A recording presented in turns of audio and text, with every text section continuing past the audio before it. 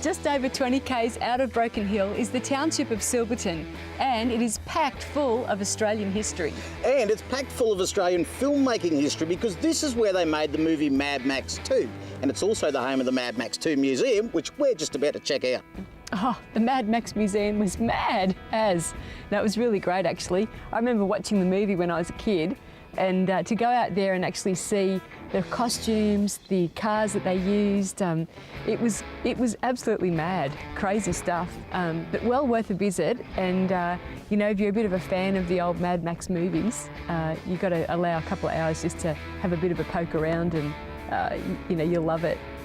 And I reckon every Australian boy particularly, but the girls as well, grew up on Mad Max. You know, it was a real phenomenon in my younger day. And it's just a part of our life. And to turn up and have a look at this stuff is really pretty cool. Well, I think certainly back in the late 70s and the early 80s, it was a huge part of people's lives in Australia because most of the people, a lot of the people we get through here that come to visit us, they were teenagers at the time, and they'd be sat in the drive-in watching Mad Max on the cinema, sat in two-door coupes and Sandman vans, and yeah, it just became a huge part of people's lives, and it's grown and grown over the years. And how many people come and visit you every year?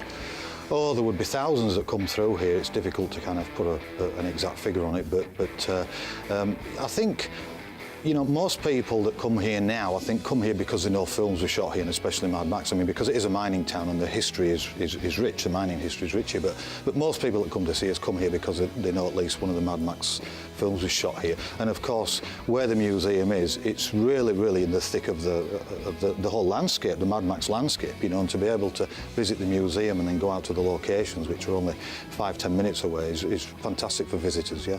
Have you got a favourite piece? The boomerang, I think, we actually have the boomerang and the little music box as well. I think those two pieces for me kind of override the vehicles a little bit. They're just really special pieces. Well, there was some pretty cool stuff in there. Do yourself a favour, get out here and check it out. But right now we're going to slip back into town and see what's happening in there.